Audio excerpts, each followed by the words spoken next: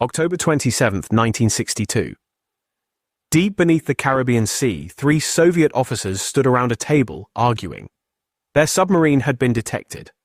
American destroyers circled above, dropping explosive charges. The captain wanted to fire their nuclear torpedo. The political officer agreed. But one man said no.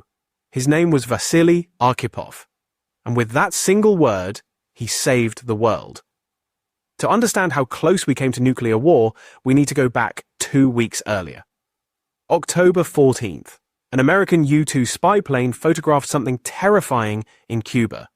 Soviet medium-range ballistic missiles. Nuclear weapons just 90 miles from Florida.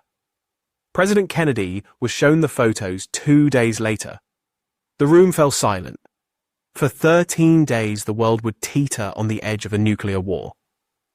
In Moscow, Premier Khrushchev faced his own impossible choices. The missiles in Cuba weren't just a political move, they were a response to American missiles in Turkey. Both superpowers had painted themselves into a corner. Neither could back down without losing face. Meanwhile, far from the political negotiations, 4 Soviet submarines were heading toward Cuba. Each carried a crew of 78 men, and each carried a nuclear torpedo.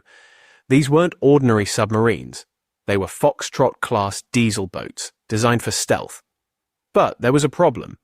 The subs had left port before the crisis began. They had no way to communicate with Moscow, no way to know how bad things had gotten. Captain Savitsky commanded submarine B-59. He was experienced, decorated, and increasingly desperate. His submarine was running low on battery power. The air conditioning had failed. Temperatures inside reached 140 degrees Fahrenheit. Men were collapsing from heat exhaustion. But Savitsky pressed on toward Cuba. He had his orders. Then, on October 27th, the Americans found them. The USS Beale detected B-59 with sonar. More American ships quickly surrounded the submarine. The Americans began dropping practice depth charges, small explosives meant to force the sub to surface. But inside B-59, the crew didn't know these were practice charges. To them, it sounded like war had already begun. Captain Savitsky was convinced the Americans were trying to sink them. Maybe we will die, he thought, but we will sink them all. Savitsky ordered his crew to prepare the nuclear torpedo. The weapon was massive, 10 times more powerful than the bomb that destroyed Hiroshima. But Soviet protocol required unanimous agreement from 3 officers to launch nuclear weapons. Captain Savitsky wanted to fire. Political officer Maslenikov agreed. But Deputy Brigade Commander Vasily Arkhipov refused. Arkhipov had survived a nuclear accident just 1 year earlier. His submarine K-19 had suffered a reactor meltdown. He'd seen radiation sickness kill his crewmates. He knew the true horror of nuclear weapons better than most. The argument inside B-59 grew heated. Outside, the depth charges continued. Savitsky was furious. "They're forcing us to fight," he argued. But Arkhipov stood his ground. "We don't know if war has been declared," he said.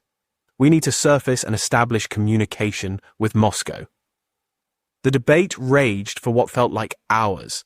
Every man's life hung in the balance. Finally, Arkhipov's calm reasoning prevailed. B-59 began to surface, breaking through the Caribbean waters.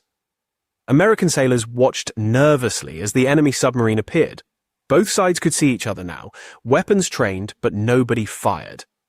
After establishing radio contact, B-59 turned back toward the Soviet Union. Neither Kennedy nor Khrushchev knew how close they'd come to nuclear war.